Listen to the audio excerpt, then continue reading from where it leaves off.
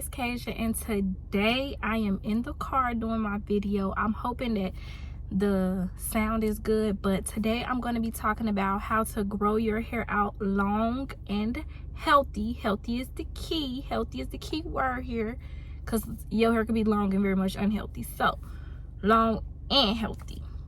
And I already have a video like this on my page, but it's about 2 years old, so this is going to be an updated version, better worded, you know, a little bit more tips and tricks. I'm also going to just go ahead and link that video if you want to go ahead and watch that one too. Also, I do have a hair journey video as well. I don't give a lot of tips on it, but I do walk you through my journey to let you know that it's not all peaches and cream. Okay, so I do have some notes, so if you see me looking down, I just don't want to leave out anything. So let's go ahead and get started. Okay, y'all, so I have broken them down into steps. So step 1 is going to be to find a good hairstylist that specializes in natural hair care. I recommend maybe going to someone that you know, follow them on social media and you've been following them for a while, and you see, like, when they post people, you see the same person in their chair often, or someone that maybe you know, someone that goes to them personally, or if you find them, making sure that you look at their reviews to see what people are saying about them, and do your research on the hairstylist to make sure that they are a good fit for you.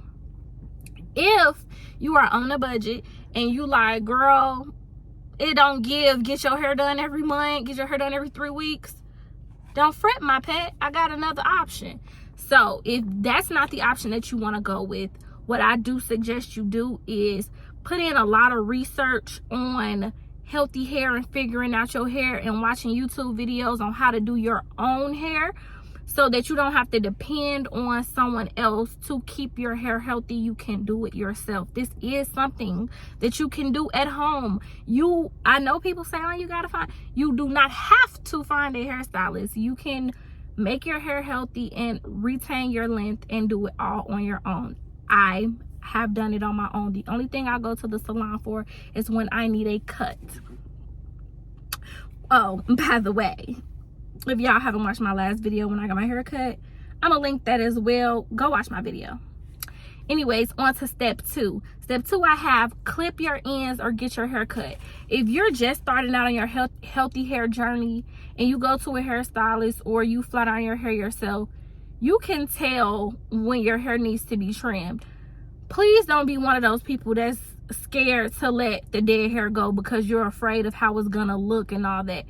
If your goal is healthy hair, just cut off the dead ends. Stop trying to hold on to them for length, because ultimately it just makes your hair more unhealthy. Because if you have split ends up to here and you cut your hair up to here, it doesn't do you any good, because all those split ends are still going to continue to split up the shaft of your hair.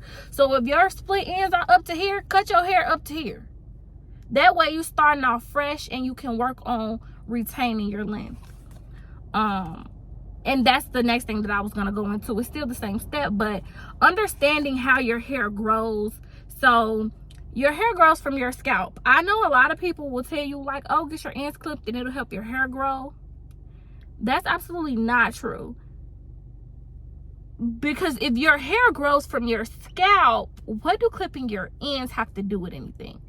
Exactly. It doesn't make any sense. But what they're meaning is, if you get your ends clipped, you're going to retain hair growth. So your hair grows from your scalp. It's going to grow from your scalp anyway, right? Unless you have a condition that prevents it from growing from your scalp, and which we'll talk about that later. But your hair grows from your scalp anyway. It's just a natural thing that it does. So when you take your braids out, or you have your quick weave, not your quick weave, you have your, you know, silk press in, and you see your roots getting puffy and stuff like that, that's new growth. Your hair gonna grow from your scalp regardless. Now, what you want to do to make sure that you retain your hair growth is to keep your ends healthy. So this is the oldest part of your hair. So in order to keep the oldest part of your hair still attached, you want to make sure that you're taking care of your hair, so that this right here can grow all the way out You get what I'm saying? I hope that makes sense, y'all. But yeah, you want to make sure you get in the proper haircuts and or trims, and that you're taking care of the ends of your hair. You're wrapping it up at nighttime. You have a satin bonnet, satin pillowcase, satin sheets, whatever it is that you need to make sure that the ends of your hair remain healthy, so that you can retain your hair growth, so that you can see your hair growth. Because some people, they've been growing their hair out for years, but because they're not taking care of the ends of their hair been right here for 5 years. I know you know somebody. You might be that somebody. Their hair been the same length for years, and you trying to figure out why my hair not growing. It is growing. You're just not retaining the growth. So you want to make sure that you're doing the things that you need to be doing to the ends of your hair to make sure that you retain the growth. Okay, now we're on step 3. Step 3 I have is the products that you use and your consistency with those products. So what I want you to do is find a product line that you like, that your hair likes. Maybe it could be recommended to you from the hairstylist that you go to, or you could take recommendations from maybe someone on social media that has a similar hair type as you. Or you can do a trial and error type of thing where you try out products and see if you like them or not. Now, I'm just gonna be a shameless plug here. Okay, I have a product line. I'm gonna link it in the description bar below. I'm gonna put, you know, something on the screen. Now, I use my product line. That's what I use. But you don't have to use my product line. But just if you want to, I am now offering sample sizes. Okay, so anyway, if you want to use my product line, it will be linked in the description bar below. However, if you don't, that's fine. What you need to do is find a hair line products that you like for your hair and continuously use them over and over and over and over and over. I don't want you switching around, getting what's cheap, just buying anything just for the moment, or just not caring and picking up Head and Shoulders. Not to say there's nothing wrong with Head and Shoulders, but I'm just saying, like, you walk in the store and you pick up the first thing you see because it's shampoo and conditioner. That's not what I want you to do. Also, I want you to have these particular products. I want you to have a moisturizing shampoo and conditioner. Moisturizing, that's the key word. Not clarifying, moisturizing. I want you to have either a leave-in conditioner or a hair moisturizer. It would be, you know, it's a hair moisturizer because it is water-based, not oil-based, okay? This is what's gonna be good for your hair. You're gonna have a growth serum for your scalp. You're gonna put the growth serum on your scalp, but the leave-in conditioner or your hair moisturizer is gonna go on your hair after you wash and dry it. Also, if you are using heat, I want you to find a good heat protectant. Now, as far as shampoo and conditioner, I use my own shampoo and conditioner. The leave-in conditioner, I use my own leave-in conditioner. As far as a hair moisturizer, the hair moisturizer I use, they don't sell anymore. It's called Max Moisturizer. I think a similar product would probably be maybe like Pink Lotion or something like that. You don't want to use a whole bunch of it. It tells you how to use it on the bottle. Don't be that person that's like, I'm gonna use a whole bunch of it. Follow what the instructions say on the bottle.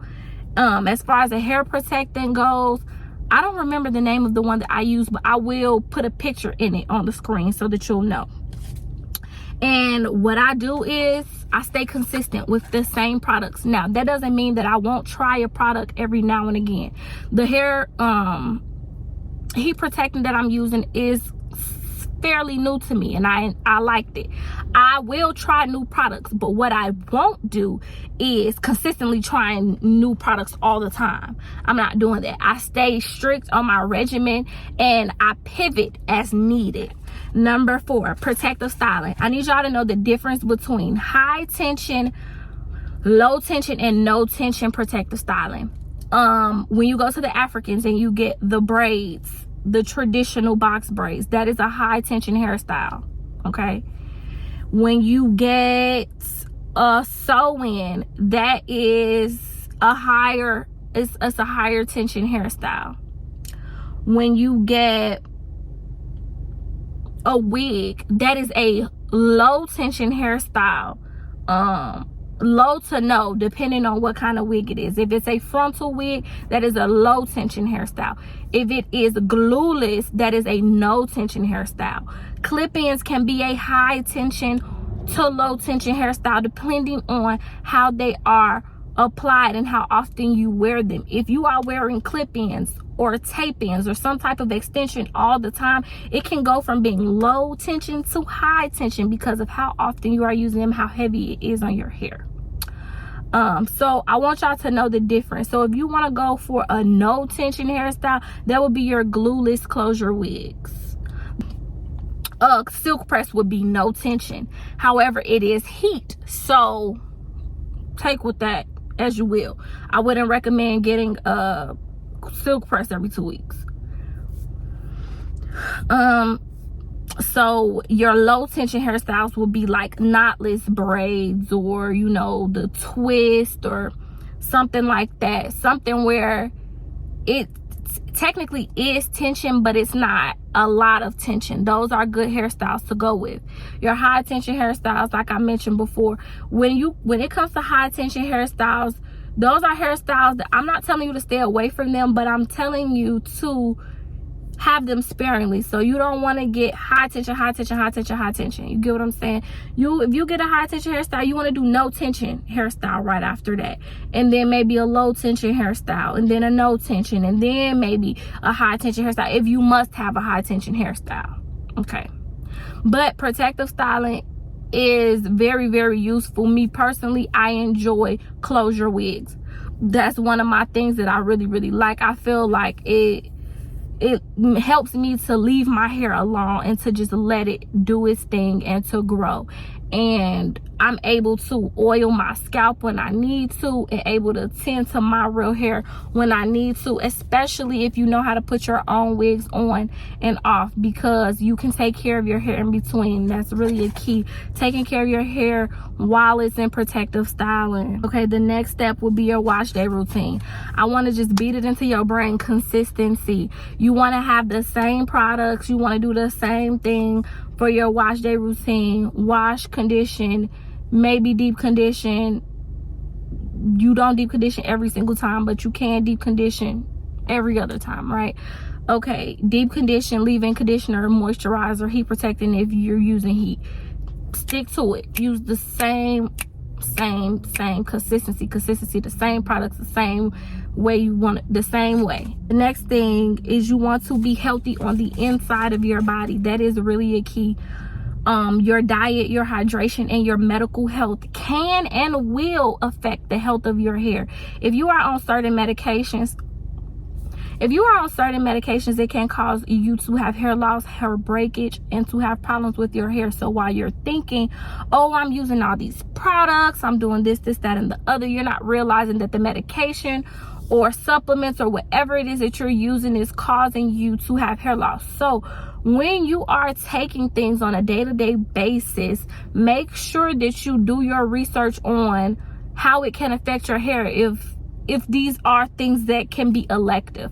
So obviously I'm not going to tell you to stop taking your medicine and it's for your diabetes, you know what I'm saying? But if you're taking a supplement that maybe you don't have to take as much of, or something like that, it's an elective, it's something that you're choosing to take not because you need it but because you want it, and you care about the growth of your hair and the thickness of your hair, look into those products and make sure that they don't cause hair loss or hair breakage. Also, diet and hydration. Listen, if you're not healthy, it starts inside first. If you're not healthy on the inside, it's hard for the outside body to focus on health. You get what I'm saying? So you want healthy hair, but nothing else about you is healthy. It's just, you need to work on the inside first. Also, guys, I wanted to add an honorable mention of stress. If you are stressed out, that can definitely affect the health and growth and thickness of your hair. So be sure to have as amount of stress as possible in your life. The next thing I have is rinse and repeat. That's pretty much it. Like, once you have a routine, you know what you like, you know what you're doing, you know that you're going to get a trim every, let's say, every 12 weeks. You're going to get a dusting every 12 weeks. You're going to wrap your hair every night. You're going to get your wig on this day, and then you're gonna let your hair breathe, and then when you have a routine, stick to your routine and be patient.